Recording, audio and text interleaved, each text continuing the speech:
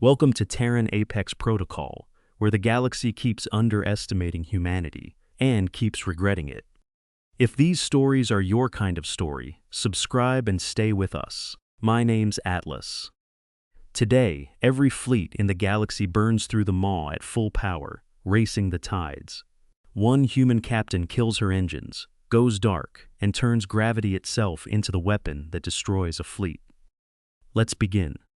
Submarshal Vorik had watched 47 ships die in the maw, and he had learned the only lesson there was to learn from 47 deaths, which was that the only way out of the corridor was speed. He stood on the command deck of the Unbroken Burn, flagship of the Telkine Compact's Maw Patrol Group, and watched the telemetry of two black holes paint his screens in tidal gradients, and he confirmed, as he confirmed it every time, that the geometry of the maw had not changed. The mill sat to port, a slow, dense spiral 20 kilometers across, its accretion disk the color of old copper. The wheel sat to starboard, faster and hungrier, its tidal forces running perpendicular to the mills, so that anything caught between them was not simply pulled, but pulled in 4 directions simultaneously, like a cloth being torn at all 4 corners at once.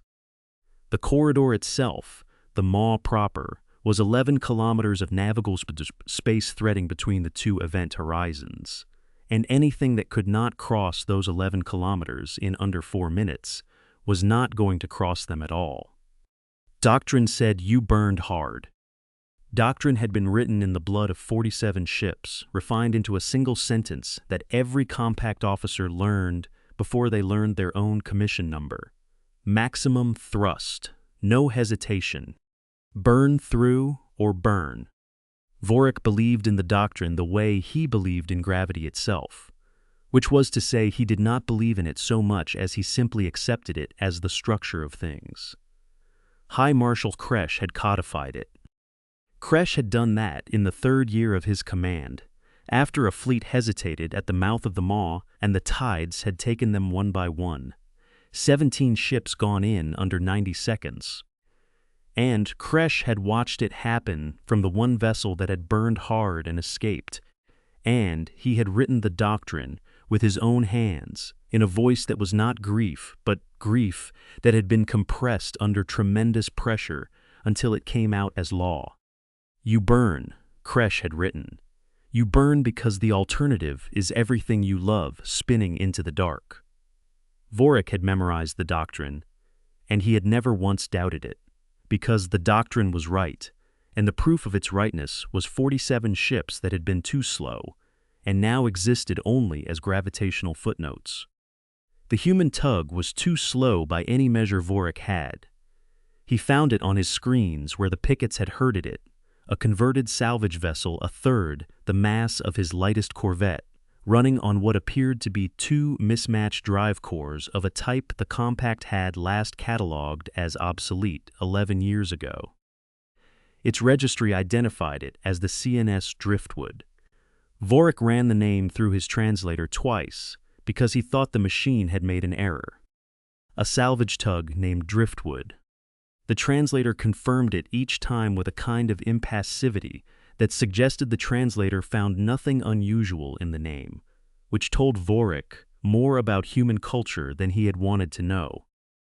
The Driftwood had been caught running resupply to a neutral station near the Compact's outer boundary, which was not illegal but was inconvenient, and High Marshal Kresh had issued the intercept order because the Compact did not tolerate neutral traffic in disputed corridors during active operations, and the maw was in disputed corridor space, and the operations were very much active. So the pickets had herded the tug inward, toward the mouth of the maw, and the tug had complied with the herding in the way that small vessels comply with large ones, which was to say it had no alternative. What struck Vorik as curious, as he studied the Driftwood's telemetry, was that its drives were cold. Not cold as in low output. Cold as in off. The vessel was running on residual momentum, making no thrust corrections, drifting with a precision that suggested either its drive cores had failed or its captain had made a choice, Vorik could not yet categorize. He asked his sensor officer to confirm, and the sensor officer confirmed. 0 thrust output. The tug was coasting. Vorik's throat plates registered nothing, because there was nothing to register. The tug was coasting toward the maw at a speed that would not get it through the corridor. It was, by every metric available to him, a vessel already dead and not yet informed of the fact. He felt a passing curiosity about the captain, not respect, nothing approaching respect, but a mild biological interest in what species would choose a slow spiral death over the cleanliness of surrender. Humans, apparently. The compact battle group maintained standard intercept formation, the unbroken burn and 2 escort cruisers at the maw's approach vector, 4 picket vessels flanking to prevent the tug from altering course, 2 support ships holding back from the tidal gradients, 8 compact vessels against 1 obsolete salvage tug.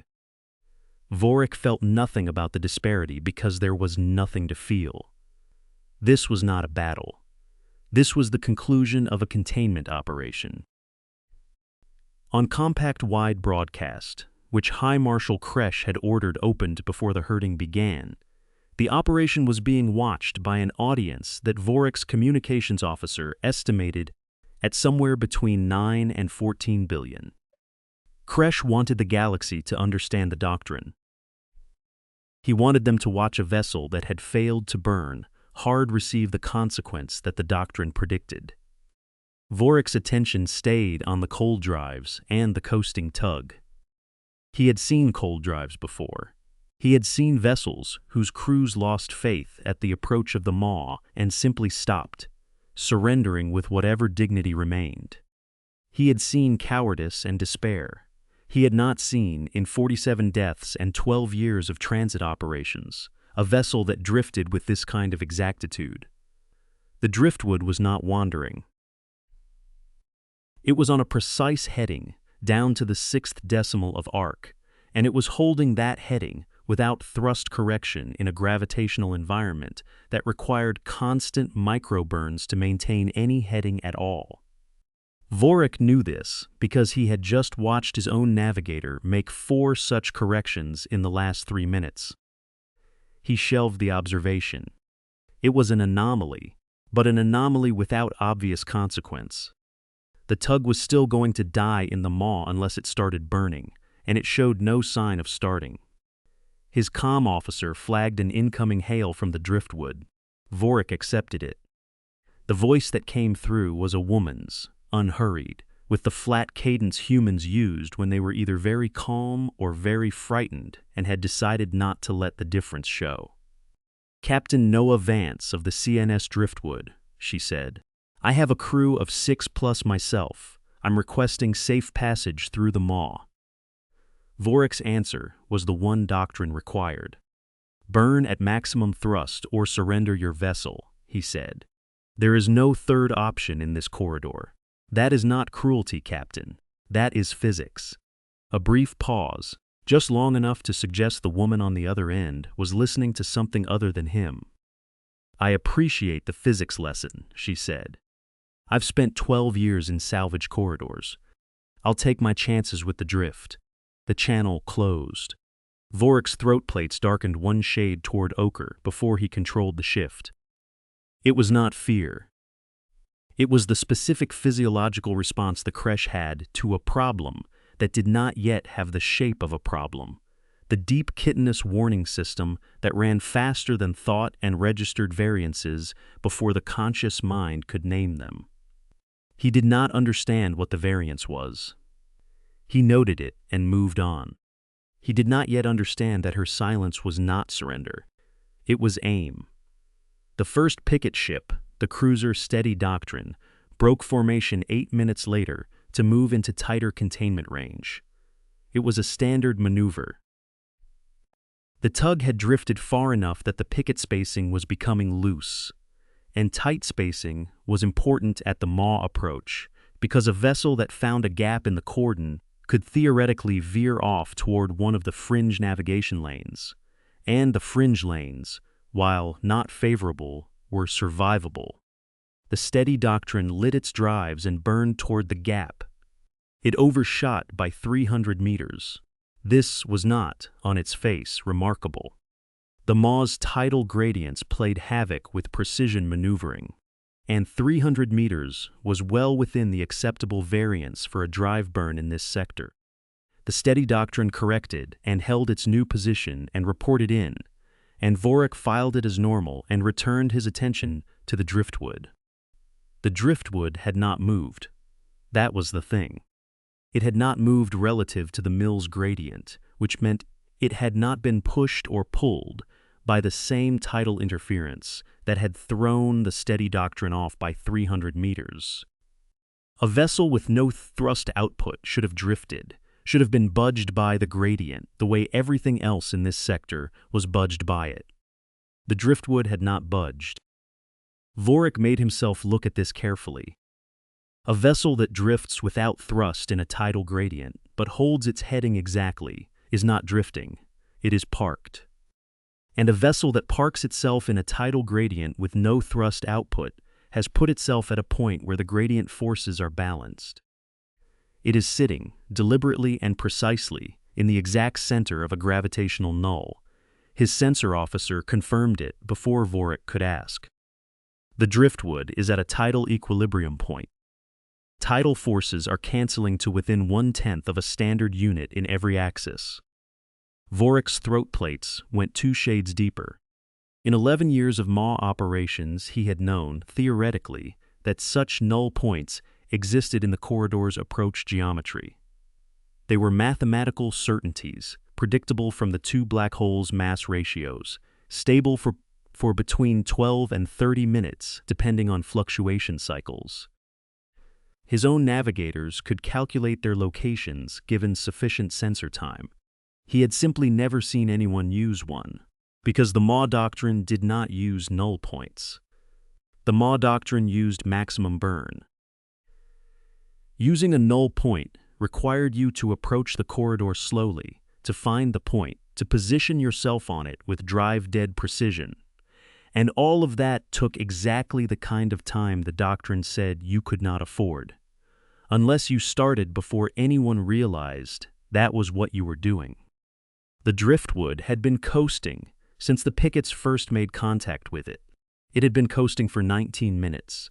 It had used all 19 of those minutes to find the null and park itself on it. A second compact picket, the light corvette Resolute Purpose, came up on the driftwood's port side to close the formation gap the first had left.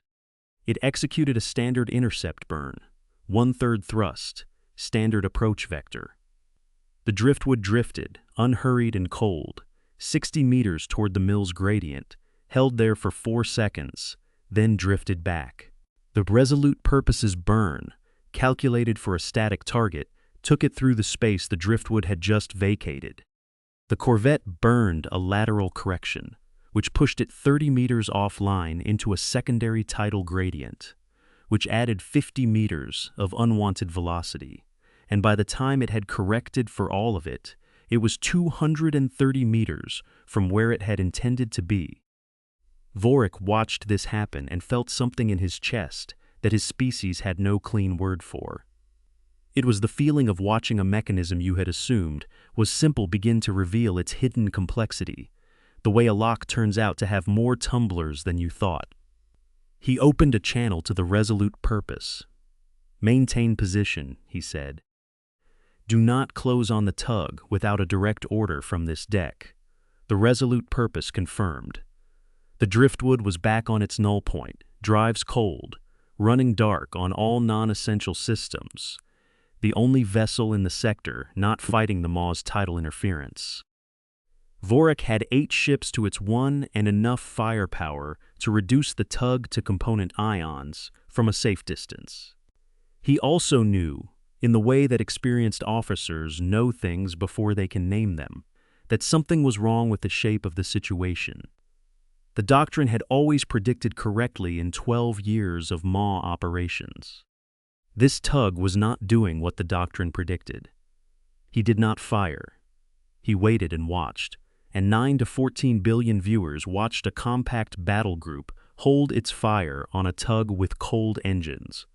Vorik did not understand yet that every second of waiting was part of what she had planned. The debris field lay 2 kilometers off the mill's equatorial gradient, a dense scatter of wreckage from a freighter that had failed its maw run 18 months prior. Vorik knew about the field. His navigators had it marked as a hazard on their charts, a loose constellation of hull plates and drive core fragments spread across a span of roughly 400 meters, held in a slow orbit by the mill's outer tidal draw. Navigating near it was inadvisable. The fragments shifted unpredictably, and even small ones could damage drive arrays at approach velocity. The driftwood was not near the debris field. It was 400 meters from the debris field in the direction of the wheel, which meant the debris field was between the driftwood and the mill, which Vorik noted as a navigational fact without apparent tactical significance. He noted it at 621 hours. At 623 hours, the driftwood made its first active maneuver, a short burst from one drive core, 3 seconds at minimal thrust, and the burst did not push it toward the maw, or toward any of the picket ships, or toward the debris field. It pushed it sideways, a small crabbing step of 60 meters, and then the drives went cold again. Vorik's navigator said quietly, "She has changed her equilibrium position." The null was dynamic, not static. As the tidal cycles shifted, the null moved with them, and she had burned 3 seconds to follow it. The correction had also, incidentally, placed the driftwood in a slightly different orientation relative to the debris field. The escort cruiser Absolute Right held the mill side of the containment cordon, 400 meters from the debris field's outer edge, within safe navigation distance, but not comfortable. Vorik's navigator had noted the proximity twice in the past hour. The Absolute Right's captain, at 624 hours, reported a drive anomaly. Not a failure, an anomaly. A vibration in the secondary thrust manifold that was within operational tolerances, but that, in his judgment, warranted a diagnostic burn to confirm it. This required a brief thrust output. He requested clearance to maneuver 50 meters aft. Vorik granted it without thinking, because it was a minor maneuvering request, and he was watching the driftwood. The Absolute Right performed its diagnostic burn and moved 50 meters aft. The burn was exactly what had been requested, and Vorik saw no issue with it until his sensor officer said, "Something has changed in the debris field." The field's orbital motion had not changed, but its distribution had. The fragments along the inner edge had been gradually accelerating over the past 22 minutes, pulled by the mill's tidal draw on a slow arc. That arc had not been threatening until the Absolute Right's 50-meter shift opened a gap. One fragment, a drive core housing roughly 4 meters across, had crossed into the mill's stronger inner gradient and was accelerating directly toward that gap. It struck the Absolute Right's starboard sensor array at a relative velocity of 300 meters per second. The damage was not catastrophic. The Absolute Right lost its starboard long-range sensors and took a hull breach in an unoccupied compartment and maintained full drive capability. By military standards, it was a minor strike. By the standards of the maw approach, with tidal gradients requiring constant fine thrust corrections, losing a sensor array on the side closest to a black hole was significant. Vorik looked at the driftwood's current position, its previous position, the correction burn 2 minutes before the diagnostic request, and how that burn had shifted its orientation relative to the debris field. She had not caused the debris to move. The mill's tidal draw had done that. She had positioned the entire compact formation so that when it made the move its own doctrine made likely, the tidal draw would finish what she needed finishing. He had no word in his language for what she had done. His translator offered gravity judo, a human term for techniques that did not exist in compact Martial doctrine because the compact did not think of gravity as a thing you could use. Gravity was the background. It was not a weapon. His translator offered him another human term, one the compact's naval analysts had filed under anomalous behavior: sailing. She was sailing the tidal gradients, using the black hole's gravity the way her species had once used wind, across planetary oceans, reading currents invisible to anyone who had not spent years learning them. And she had been doing it since the first picket made contact. He finally said it aloud, to no one in particular, on the command deck of the Unbroken Burn, as the driftwood sat in its null point and the Absolute Right ran damage reports. "She is reading the maw like a current," Vorik said. "She is waiting for us to burn." His navigator did not answer, because his navigator was running calculations, and the calculations were taking longer than they should, because the model he was running kept producing an answer that could not be correct. At 641 hours, the driftwood made its second active maneuver. It was longer than the first. 8 seconds, both drive cores, a burn that moved it forward by approximately 400 meters toward the maw's mouth. Not fast, not committed. The kind of movement that looked, on the surface of it, like a vessel that had lost its nerve and was trying for a run it knew it couldn't complete. 3 of Vorik's picket ships moved to intercept. They burned hard because hard was the maw's currency, and they crossed the space between their positions and the driftwood's new heading in under 40 seconds, cutting off the approach vector. The driftwood stopped again. Its drives went cold. The 3 picket ships were now at the maw's inner approach threshold, burning fuel to hold their intercept positions against the tidal gradients. They were, Vorik noticed, exactly where the maw doctrine said a fast transit formation should stage before a full burn. The driftwood had not been trying to run. It had moved the pickets into the burn position. Vorik opened a channel to High Marshal Kresh, observing from a command station 7 light minutes away. He recorded his message and sent it. The gist was, "The human captain is maneuvering us.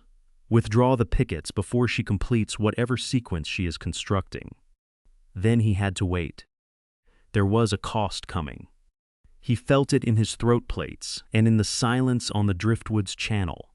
The silence of a captain who had finished talking, because talking was no longer what the plan required. He hailed the driftwood again. "Captain Vance, I know you are doing something. My ships will enter the maw on the High Marshal's schedule. The cost will be paid in part by you.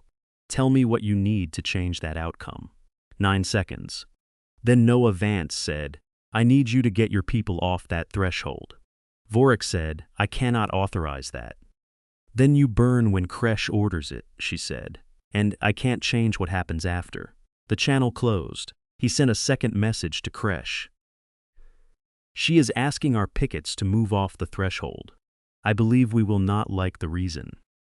The lag was 7 minutes each way. He spent 14 minutes watching the driftwood hold its null point in the dark. It was Tomas Reyes who had found the null points. Noah Vance had known null point theory since her salvage training. Reyes was the one who had spent 3 months of dead transit hours building a sensor suite that could locate them in real time. He was 29 years old, with a face that looked younger and hands that looked older, scarred from a decade of salvage work. He had a habit of explaining his null point model to anyone who would listen until they either understood it or walked away, and sometimes both. He was explaining it now, running the math aloud in the engineering bay while his sensors tracked the dynamic positions of null points in the maw's approach geometry. 4 null points in this sector right now, he said. The primary one you're on. 2 secondaries inside the corridor, both stable for at least another 8 minutes, and a deep one, 14 meters inside the wheel's outer tidal boundary. Noah Vance looked at the 4th number, inside the wheel's outer boundary, she said. Yes, Reyes said. He was quiet for a moment. It's a deep null. Deeper than anything I've modeled before. The tidal forces aren't balanced so much as they're canceling each other completely. If you positioned on it without thrust, the wheel's gradients would fold around you. He paused again. The wheel's gradient would look, to anything coming in from outside, like the null point wasn't there at all, like there was just the wheel. She looked at the sensor image of the compact's picket formation, 3 ships burning on the maw threshold, 5 more in containment positions, the unbroken burn holding command distance. If I was parked on that 4th null, she said, and the fleet burned through the corridor, the wheel's outer tidal gradient would catch them at maximum velocity, Reyes said, and his voice had gone very flat. They'd be in the current before they knew the current was there. The mill's gradient would do the rest. They'd be between both tides at full burn. She looked at the formation for a long time. How do I get to the 4th null? She said. It's 14 meters inside the wheel's outer boundary, he said. Getting to it means going inside the boundary first. She looked at the sensor image. Inside the boundary, she said. The outer boundary is the first tidal gradient, Reyes said. It's not the event horizon. It's survivable if you hit it on the right vector and you're going slow enough. There's a safe entry angle. He pulled it up on her screen. 37 degrees off the boundary's normal plane, at less than 40 meters per second relative velocity. At that vector and speed, the outer gradient's tidal forces are too small to cause structural damage. She looked at the angle. That's a pass that takes us through the wheel's gravity shadow, she said. Yes, Reyes said. And he didn't say what they both knew, which was that the gravity shadow of a black hole was a place that no sensor in the compact fleet could see into, because no signal came out of it, and a vessel that was inside the wheel's shadow was invisible to every scanner pointed at the maw corridor from outside. They would be invisible. The fleet would burn through the corridor not knowing where she was. She looked at the 4th null's position. She thought about a crew of 6 who had signed on for a resupply run. She thought about what it meant to ask them to go 14 meters inside the outer boundary of a black hole and park there on a null that had never been tested by anything larger than a sensor probe. She thought about a decision she had made 8 years ago, the last time she had run the maw at full burn, and the tidal gradient that caught her previous ship's drive core on the corridor's narrow side, and the 3 seconds she had taken to calculate a correction that cost 2 of her crew their emergency transit window. The math had worked out a certain way that day. The math was going to work out a certain way here if the compact formation burned through on Kresh's schedule. She thought about Tomas Reyes, who had built the null point model, who had named the 4th null the wheel's ear in his notes, because he said it sounded like the universe listening. She opened the ship-wide channel. All crew, she said. I need everyone in the central compartment, now. She told them all of it. The 4th null, the entry angle. What it would mean if the compact fleet burned through the corridor while the driftwood was parked inside the wheel's shadow. What it would mean if the entry vector was off by more than 2 degrees. She told them the safe answer was to surrender. Compact prison protocols were survivable, and they would all be alive. She told them the other answer and let them decide. 5 of the 6 said yes. The 5th was a woman named Petra Ose, her cargo master, who said yes, but I want it on record that I have 2 kids on Callisto Station, and if this null turns out to be wrong, I am going to be very unhappy with you from whatever afterlife we end up in, and Noah said it was on record.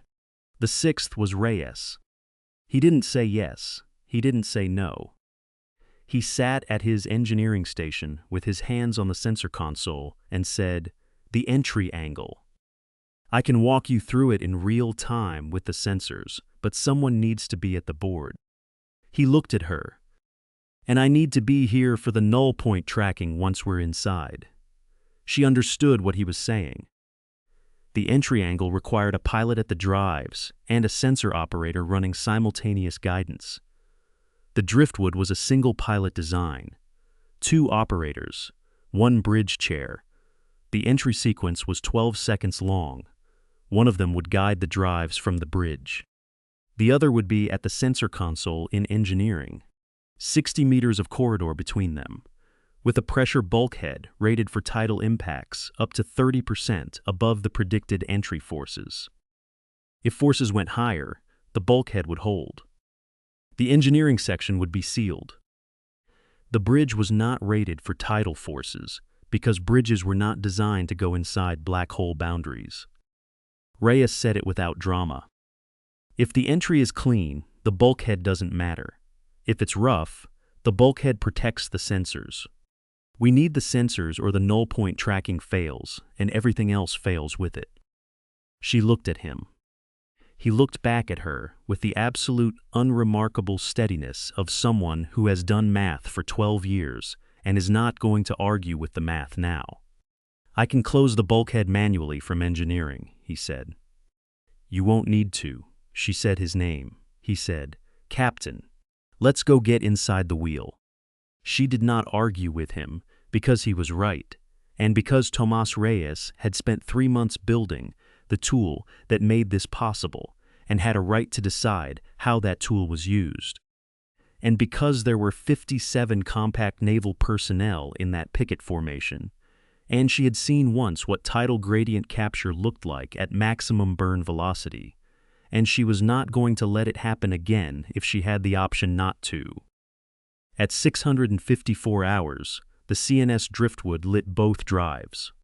Not maximum burn. Minimal burn.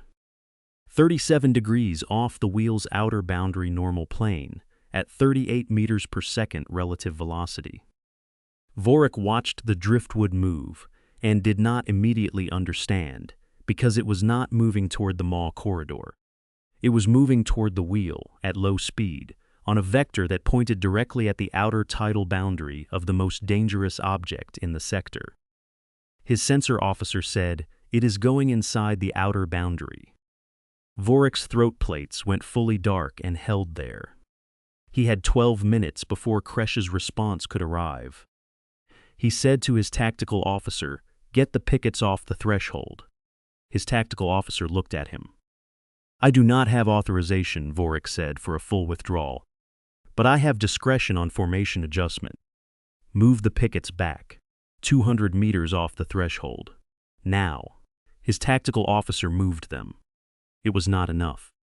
He knew it was not enough. 200 meters off the threshold was still inside the maw's inner approach sector. Still inside the kill zone if the driftwood was doing what he thought it was doing.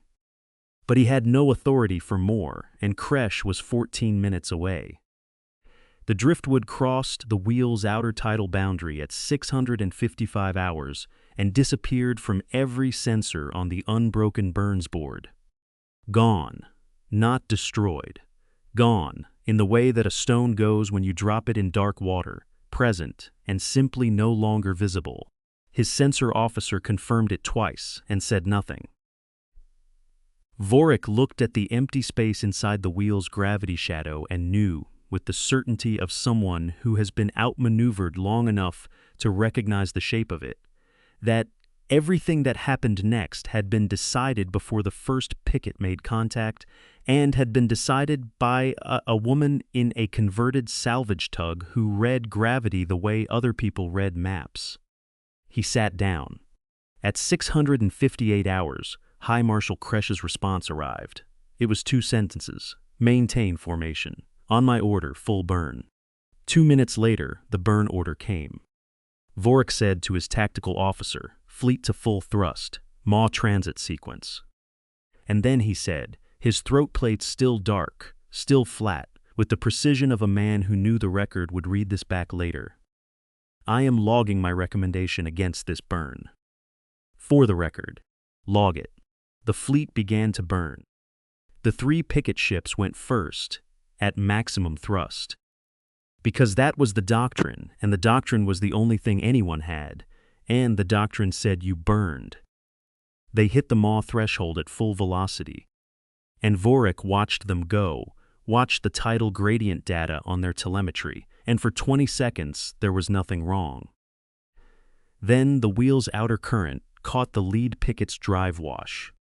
The problem with burning at maximum thrust through the maw was that your exhaust plume preceded you by 600 meters, and exhaust plumes at maximum burn created tidal interference patterns in the gradient. And if the gradient had been pre-stressed by a specific gravitational configuration, the interference patterns resonated. The driftwood, parked 14 meters inside the wheel's outer boundary on its deep null, was that configuration. Noah Vance had not mined the maw. She had parked her vessel at the precise point where its mass, interacting with the wheel's total geometry, created a resonance node in the corridor's gradient field. The node was invisible from outside the gravity shadow. The lead picket's burn hit it, and the node spiked like a tide hitting a hull broadside. "Cut the engines," Noah said, on the emergency all-channel broadcast. She said it once, clearly, in the flat voice she used when the math was done. "Cut the engines. Let the dark do the killing." The lead picket could not cut its engines. Doctrine said you did not cut your engines in the corridor. It burned hard, which was what the doctrine said, and the tidal spike was already inside its drive field, and the resonance was amplifying, and the mill's gradient caught the amplified wave and reflected it back as a lateral shear. The lead picket lost drive coherence 18 seconds into the corridor. The second picket was 40 meters behind and burning hard. When the first lost coherence, the second had two options: veer into the wheel's gradient or veer into the mill's. Doctrine said burn straight. The second picket burned straight, which was into the back end of the first picket's drive field collapse. The third picket got its drives down before the shear reached it. Its captain had heard the broadcast. It survived. The two escort cruisers, coming in behind the pickets, were both burning at full thrust. One of them heard the broadcast and pulled thrust 30% before the resonance reached its drive field. It took heavy structural damage and lost two sensor arrays and a crew compartment to vacuum, and made it through the corridor missing pieces. It survived. The other escort cruiser did not reduce thrust. It burned hard, because the doctrine said burn hard, because Kresh had written the doctrine in grief calcified into law, and the cruiser's captain believed it completely, and the data inside the maw was saying otherwise, but 2 seconds was not enough to act on data. The tidal shear caught the cruiser's drive field at maximum thrust and multiplied it by the resonance factor and the mill's reflection. And the cruiser hit the wheel's gradient at a speed that the wheel's outer boundary did not negotiate with. Vorik watched the telemetry. "She didn't run the maw," his navigator said, slowly, with the weight of someone who had been watching the past hour assemble itself into a single sentence. "She aimed it." The driftwood came out of the wheel's gravity shadow 20 seconds after the last compact vessel cleared the corridor. Drive cores cold. It had not moved during the transit sequence. It emerged into the clear space on the far side of the maw, intact, and Vorik sat at his command station and looked at it without speaking. His throat plates had gone from dark ochre to something he had no color word for. His species cataloged physiological responses to 67 distinct emotional states. This was not in the catalog. He opened a channel to the driftwood.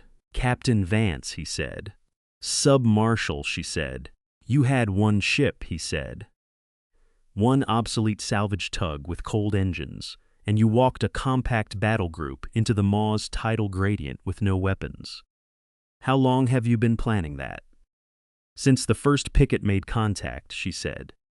"I had the null point data from my engineer. The formation did what doctrine said it would do." She stopped. "I need to report a casualty." His throat plates held. "My chief engineer, Tomas Reyes," she said. He was in the engineering section during the wheel boundary transit. The entry forces were within limits on his side of the bulkhead. He's not dead. He is, she said, and paused in the way people pause when they are being precise rather than emotional about something that deserves emotion. Stuck. The bulkhead sealed for the entry, and the null point tracking was inside the boundary for 41 minutes. And when the wheel's gradient fluctuated at the 18-minute mark, the seal locked. It's a pressure lock. It doesn't open from outside until the gradient reads clear, she said. The gradient inside the wheel's outer boundary will not read clear for the driftwood sensors from the outside for approximately 9 years. Vorik understood. She had not lost him to death. She had lost him to a door the universe had made, and then locked, with a 9-year timer. Reyes was inside the driftwood's engineering section, which was fully functional and life-capable, but 9 years was 9 years. He is alive, she said. He has food and water for 6 months, and he knows how to reclaim. He has his sensor console and his null point model. She paused. He said, before the bulkhead closed, that he'd use the time to map every null point in the wheel's outer boundary, and he'd have the full model ready when the door opens. She paused again. He said to tell you, Captain, that the math is still the math. Vorik looked at the driftwood on his screens, and the maw behind it, and the corridor that every doctrine in the compact said you burned hard through, and that one human captain and her chief engineer had used as a weapon with nothing but patience and physics and cold engines. 3 ships out of his battle group of 8 were waiting on his orders. He spoke on the open broadcast channel that 9 to 14 billion people were still watching. He said the thing he had been trying not to say. Your species does not fight the dark, Captain. You conduct it. She said nothing for a moment. Then she said, I read the currents.